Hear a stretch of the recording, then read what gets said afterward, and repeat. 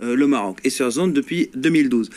Dernièrement, il y a eu beaucoup d'exagération sur son rôle réel, parce que c'est quelqu'un qui aimait se montrer. Donc on a beaucoup de photos de lui, beaucoup d'images de lui en situation, à l'inverse d'autres chefs djihadistes. Mais dernièrement, il avait surtout un rôle d'entraînement des nouveaux recrues de l'État islamique, toujours implantés dans cette zone des trois frontières. Mais à un certain moment, il a eu des prérogatives de commandement. Par exemple, il a eu sous son commandement, on va voir une affichette du Trésor américain, il a eu sous son commandement des personnages importants qu'on voit ici sur l'affiche, comme Abu Huraira ou Issa Bari, ou le fils du juge de l'État islamique dans la zone d'Inaaban, Ould Shaib. Pourquoi je vous montre cette affiche? Parce que cette affiche, ce sont les djihadistes de l'État islamique qui ont été impliqués dans l'attaque de Tongo Tongo en octobre 2017 au Niger, dans laquelle 4 militaires nigériens et 4 bérets verts américains ont été tués. Leur chef, Abou Walid al-Sahraoui, donc originaire aussi du Sahara occidental, a été tué par les Français en 2021. Et c'est intéressant de savoir aujourd'hui que dans toute cette équipée, tout le monde avait sa tête mise à prix, il y a un seul survivant qu'on voit entouré du rond rouge. Donc son seul unique fait d'armes à Abu Huzaifa, c'était cette bataille de Tongo Tongo. C'est son legs en fait, et c'est pour ça sa tête a été mise à prix par les Américains, 5 millions de dollars. On va voir une vidéo de l'attaque de Tongo Tongo, donc c'est une vidéo qui a fuité après, c'est les images filmées par les casques des militaires américains. Donc si on vous montre ça, c'est vous montrer la rudesse du combat et de l'affrontement qui avait eu lieu avec l'embryon, encore une fois, de ce qui est devenu l'État islamique province du Sahel. Parce qu'en octobre 2017, l'allégeance a été faite à l'État islamique, mais elle n'était pas vraiment reconnue par l'État islamique central. Sans rentrer dans le détail, c'est un des faits d'armes les plus importants donc, de l'État islamique dans cette zone du monde, et c'est le seul fait d'armes d'Abu Huzaifa qui lui a valu d'être mis sur dans cette catégorie, en tout cas, de personnes recherchées par l'administration américaine. Et c'est l'armée malienne qui annonce l'avoir éliminé, vrai ou faux? C'est plus compliqué que ça. Je vais vous expliquer. D'après mes informations, déjà, on va voir une carte. Oui, tout à fait, c'est compliqué. Parce que quand on tente d'inverser la vérité, de rendre la vérité fausse, c'est toujours compliqué. Déjà, il a du mal à reconstituer les faits. C'est pas une vidéo futile, c'est une vidéo mise en ligne volontairement par Abu Huzaifa après avoir éliminé 4 des forces spéciales américaines qui ont participé à cette opération Tango Tango au Niger. C'est Abu Huzaifa, après avoir fait son opération pour montrer son efficacité, c'est un terroriste, il veut des choses comme ça, qui a pris la caméra d'une de ses victimes et le mettre en direct sur Al Jazeera. Et c'était l'affront pour les Américains. Il fallait le laver parce que les Américains se considèrent comme des dieux sur terre. Ils pensent que peut-être si que les choses leur arrivent en termes de combat, c'est seul Dieu peut les arrêter. Ils n'avaient pas imaginé qu'un être humain comme Abu Huzaifa pourrait tenir tête aux forces spéciales américaines. Et l'homme et son groupe les a tenus au moins pendant une 60aine de minutes. Dans laquelle opération, même les avions français ont participé à ces combats pour venir à la rescousse des Américains. Nous connaissons tous cet épisode. Et lui, il a du mal à reconstituer les faits du genre. Et il tente d'inverser la vérité. Il a commencé par dire que c'est compliqué. C'est tout à fait compliqué. Parce que quand un menteur de ton rang comme ça essaye d'inverser la vérité, ça va toujours se passer comme ça. Il n'a pas encore commencé à mentir. On va l'écouter. Sur laquelle on va voir dans quelle zone il a été tué. Donc la zone où il a été tué, c'est la zone 3 frontières. C'est particulièrement à Tassour Barat qu'on voit ici, donc au sud est d'Indeliman et au nord de Tongo Tongo, qui est au Niger, et dont on parlait. En fait, sur le déroulé, j'ai appris de sources locales que ce sont des équipes, donc Touareg du MSA, Mouvement pour le Salut de l'Azawad, qui étaient en train de suivre du bétail qu'ils devaient restituer aux habitants civils. Ok. Toujours dans la mesquinerie, toujours dans la division du peuple malien. Touareg, peuple du Sud, peuple du Centre, peuple du Nord, peuple de je ne sais quoi encore. Pourquoi ces gens-là n'arrivent toujours pas à comprendre qu'il n'y a plus cette histoire de division qui va marcher au Mali encore? Et les Touaregs et les autres populations du Mali vous ont fait savoir qu'ils sont un et unique peuple du Mali. MNLA a quelle existence actuellement au Mali, jusqu'au point d'aller participer à une telle opération pour éliminer ce genre. C'est l'un des leurs. Quand on parle de MNLA et tous ces États islamiques, critiques, tout ça c'est pareil. Pourquoi l'avoir éliminé maintenant? Vous pensez que ces gens-là ont la tête ou ont la force de participer à une telle opération, d'éliminer un tel terroriste qui a tenu lui seul avec son groupe face à une coalition des Français et des Américains et des Nigérians, parce que l'opération c'était comme ça. Au début c'était les Américains qui voulaient les former, les Nigériens, ils croyaient que les Nigériens sont toujours dans cet esprit. Et quand les choses sont devenues coriaces, la France est entrée dans la danse. Mais avec tout ça, l'homme leur a échappé. Et quand ils ont pris qu'il a éliminé 4 de leurs, ils se sont fâchés. Et ils ont mis sa tête à prix à 5 millions de dollars. Parce que le type, ce qu'il a fait, il faut reconnaître, même si c'est un monstre, il a pu éliminer 4 de forces spéciales américaines plus quelques soldats nigérians. Donc, ce n'est pas un petit morceau, c'est un gros morceau du puzzle qu'il fallait chercher. Et comme si cela ne suffit pas, il a pris une de leurs armes. C'est l'arme avec laquelle il s'est photographié tout le temps. Le gros matos que les gens voient toujours sur son épaule, ce n'est pas son arme personnelle qu'il avait achetée, mais il l'a récupérée dans cette opération. Il a volé à une des forces spéciales américaines après l'avoir abattu.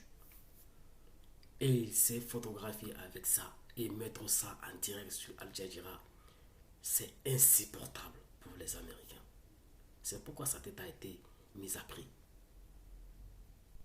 Donc, vous croyez que des simples pâturages ou des simples bergers pourraient voir ce gars-là et le tuer et prendre son corps comme ça et le remettre à l'armée malienne?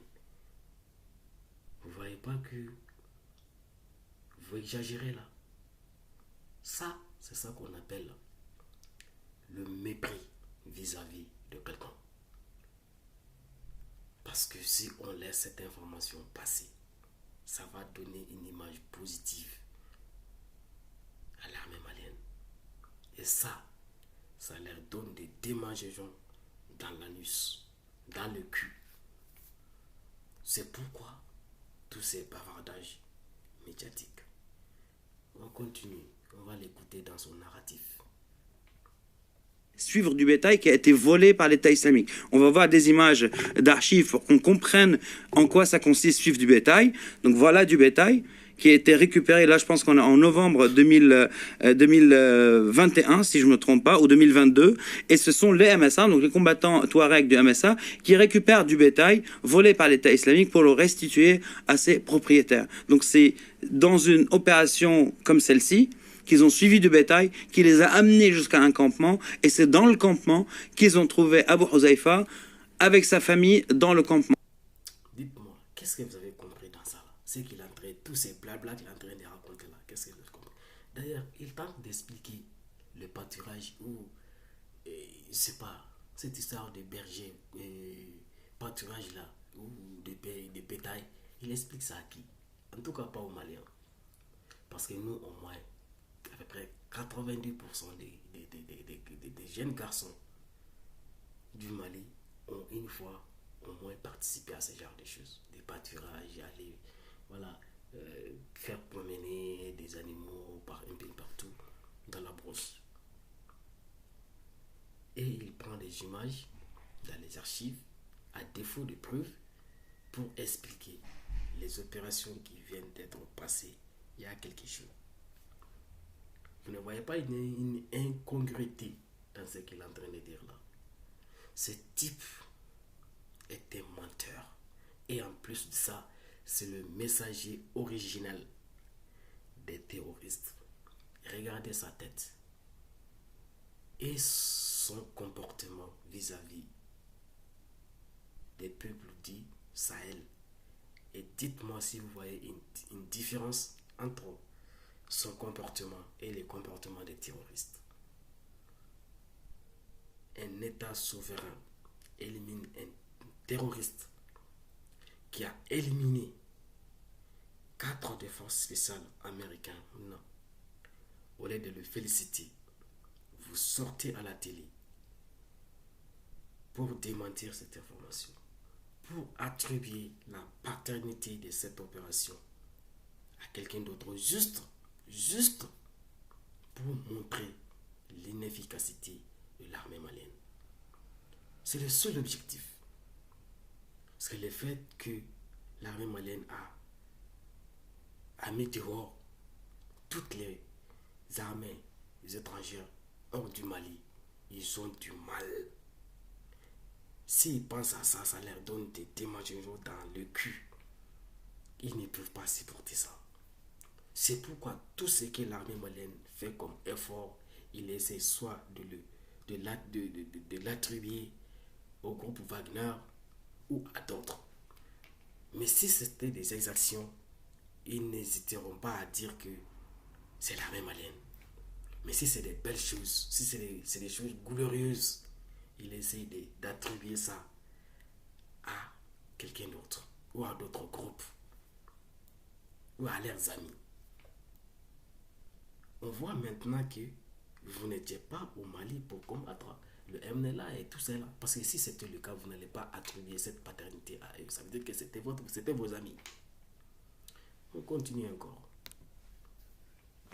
Et quand ils ont compris qui il était, ils ont commencé à... Donc il y a eu un échange de tirs, il y a eu une course-poursuite, sauf qu'ils ont réussi à l'isoler de l'autre partie de combattants, qui était plus dans la brousse, donc une dizaine de combattants, pas beaucoup. Et là, pour l'isoler des autres, pour que la course-poursuite se poursuit, c'est l'armée malienne qui est rentrée en jeu pour isoler les autres combattants. Mais le fait de le tuer, c'était les combattants Touareg du MSA, et on m'a dit aussi qu'ils lui ont proposé de se rendre, mais fidèle à Synodologie et à son dogme, il n'a pas voulu se rendre, et donc il a été tué. Parce que même s'il s'était rendu, c'est aussi une valeur importante en termes... Ok, trop le blabla. Vous avez écouté cette partie.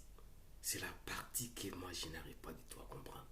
Donc où était l'armée malienne pendant tout ce qu'il est en train de raconter? Donc l'armée malienne était à côté, en train de le regarder, sans participer, et ça veut dire que l'armée malienne est peureuse, ou peureuse, je ne sais pas le bon terme. Et il les regardé, bras croisés, jusqu'à ce qu'ils ont réussi à l'isoler et que l'armée malienne sait maintenant qu'il n'a plus de force. Et boum, du coup, l'armée malienne est entrée dans la danse.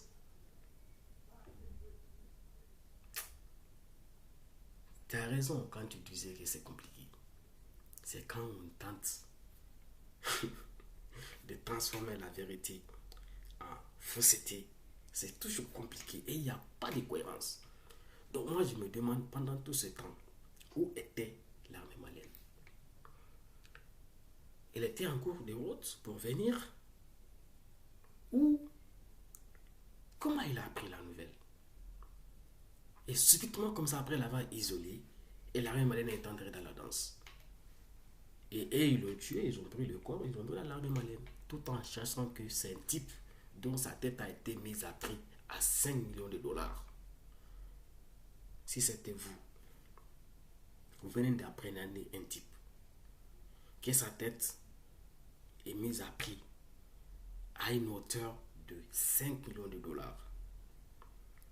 Vous prenez votre portable et vous appelez les Américains pour dire que vous avez appréhendé Abou Huzaifa, ou vous prenez les risques de l'affronter tout en cherchant qu'il peut vous tuer, parce que quelqu'un qui a réussi à éliminer 4 forces spéciales américaines n'aurait pas du mal à éliminer des simples bergers ou des simples gars de MSA. Il est où la cohérence? Tout ce que ces gars sont en train de raconter, il y a plein d'incongruités dans tout ce qu'il dit. Donc, subitement, comme ça, l'armée malienne est entrée dans la danse. Ou bien, tu veux nous dire que l'armée malienne avait l'information de la présence de ce type dans ces campements, mais qu'ils ont peur de l'affronter. Et quand ils ont appris que les groupes de MSA l'ont affaibli, ils sont entrés dans la danse. C'est ça que vous êtes en train de nous dire, peut-être. Je ne sais pas. Je vous le jure. Si c'était une histoire d'exaction, que si c'était des populations qui étaient tuées dans cette opération, Wassim Nasr n'allait pas hésiter à attribuer visage fermé à l'armée malienne. Mais comme il s'agit ici de la gloire, de la victoire, il essaie de voler cette victoire à l'armée malienne et pour attribuer à des je ne sais quoi. Voilà tout l'objectif de cette sortie chaotique pour tenter de nous expliquer. Moi, je me demande, il explique ça à qui? C'est nous là. Nous connaissons maintenant la vraie valeur de notre armée. Et on est fiers de cette armée. Peu importe ce qui s'est passé. Et peu importe ce qui va se passer, l'armée malienne reste notre fierté. Elle fait le combat que nous attendons d'elle. Elle est une armée professionnelle. Parce que le fait même que vous n'avez pas démenti, le fait que Abou Huzaifa a été tué, ça c'est déjà une victoire. Et ça a été tué sur le sol malien. Mais vous avez du mal à accepter le fait que l'armée que vous présentez comme une armée faible, une armée barbare, vient d'éliminer l'homme le plus recherché par les Américains jusqu'à ce que sa tête soit mise à prix à une hauteur de 5 millions de dollars et qu'il a par la même occasion éliminé 4 des forces spéciales américaines plus quelques soldats nigérians à l'époque, et que devant la coalition France-Amérique dans cette opération, il a réussi à s'échapper et à s'éclipser dans la nature. Et aujourd'hui, l'armée malienne a réussi à les faire sortir de sa cachette pour le porter un coup fatal et les déposer au repos éternel. Ça vous fait mal au cul. Voilà. L'histoire est terminée. C'est tout. En termes de renseignement ou même en termes de communication, d'attraper un chef djihadiste comme ça, même si ses prérogatives étaient moindres à la fin maintenant de sa carrière, mais la symbolique était grande. Et ce qui est intéressant aussi, ce qui a un peu mis en doute, on va dire, l'aviation, c'est le fait, et là on va voir une image de lui tué. Donc là, on a la certitude que c'est lui. Il a été tué. Évidemment, on l'a un peu flouté, voilà, pour les téléspectateurs. Sauf que la télé malienne a mis une photo aussi dans son sujet concernant sa mort. Et là, c'est la photo donc d'un autre djihadiste, du coup d'Al-Qaïda, et tué par les Tchadiens à Aguelhok à une autre date. Et donc, c'est pas du tout la même personne. Et ça a un peu mené les gens un peu ça a créé un petit doute sur le fait, est-ce qu'il a été... Non, ça n'a pas créé un petit doute. À partir du moment que vous venez de nous présenter des images qui datent de 2 ans, 2021 ou 2022, pour expliquer votre manœuvre. Et entre l'image que vous avez présentée et l'image que leur thème a présentée, c'est celle de leur thème qui compte. Parce que c'est eux qui l'ont éliminé. C'est eux qui ont les vraies images réelles de ce genre-là.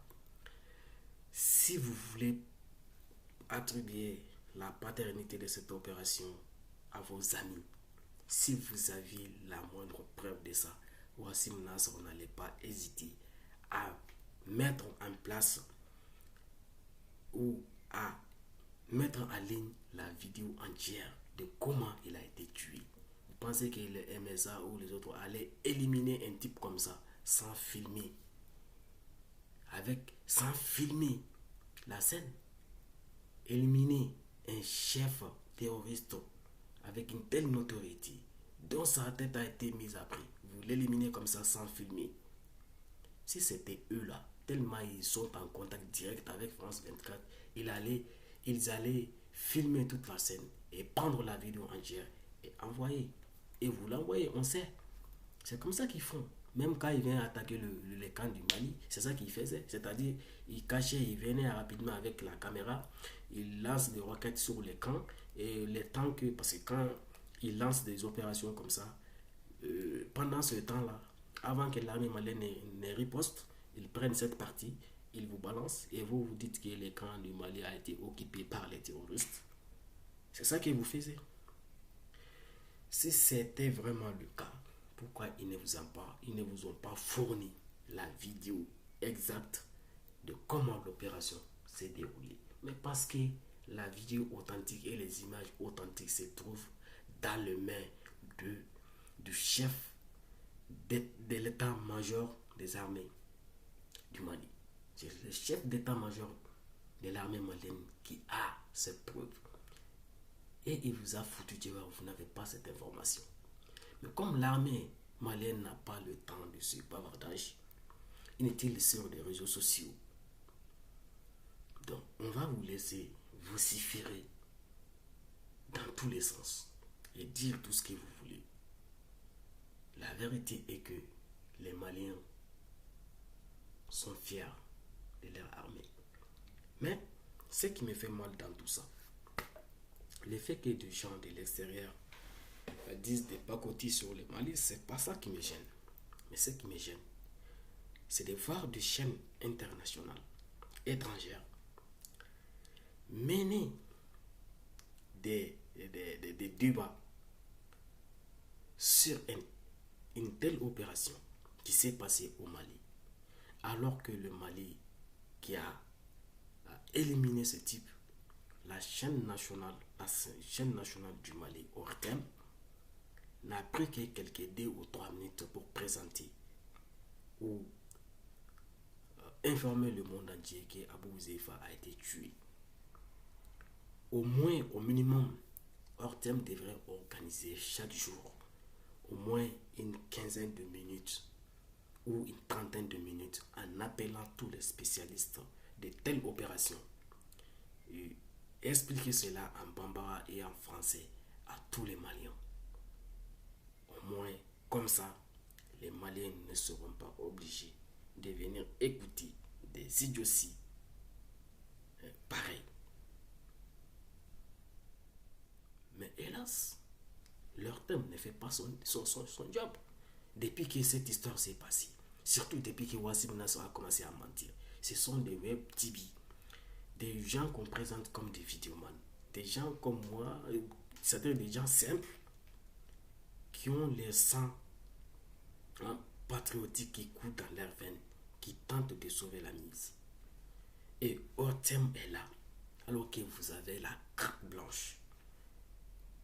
Vous pouvez approcher l'armée, vous approchez des chefs militaires qui ont éliminé, qui ont participé à cette opération.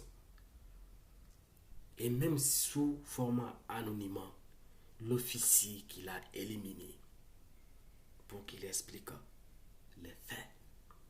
Mais hélas, ils ne font pas leur job.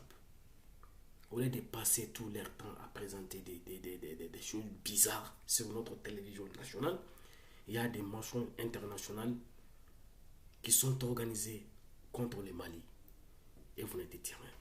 C'est vrai que l'armée n'a pas le temps pour répondre à ces genres de bizarreries, mais la télévision nationale est là. L'armée malienne a fait son boulot. Ils ont éliminé le type, ils vous ont donné l'information complète. Et c'est à vous maintenant de faire votre job de communication, de contrecarrer tous ces plans diaboliques et machiavéliques contre l'armée malienne. Mais on dirait que leur thème ne fait rien comme effort pour aider l'armée malienne à laver des affronts comme ça. L'armée a fait son job. Ils ont éliminé les types. Ils vous ont pris la bande et ils vous ont remis. C'est à vous maintenant de faire le reste de la communication. On aimerait voir hors thème aussi organiser des débats sur cette histoire. Répondre à ces, à cet énergumène, à ce messager international de terrorisme qui sévissent les Sahel. Mais hélas, ils font comme si rien. C'est vrai que l'armée c'est la grande miette. Mais l'armée devrait, les médias, surtout la télévision nationale du Mali, devrait creuser, approcher les chefs militaires qui ont participé à cette opération pour éclairer la lanterne des Maliens. Mais hélas, ce sont des gens simples, comme moi d'ailleurs, des gens modestes qui sont animés par le sang patriotique pour tenter de répondre maladroitement à des gens comme ça. Si vous regardez un type comme ça et ses explications, êtes-vous vraiment convaincu de ce qu'il vient de dire? Mais si c'était vraiment une histoire de merde, si c'était une histoire comme Mora, où il y avait des exactions, il n'allait pas hésiter à visage fermé à attribuer sans réfléchir à l'armée malienne. Parce que ça, c'est une image négative. Mais quand il s'agit d'une image positive, ils vont esquiver. Soit en disant que c'est Wagner. Vous croyez que Wagner peut faire quoi dans l'histoire de sécurisation du Mali? Un territoire aussi vaste comme le Mali. Je vous rappelle que le Mali fait 1 241 238 km², 6 fois plus grand que la France.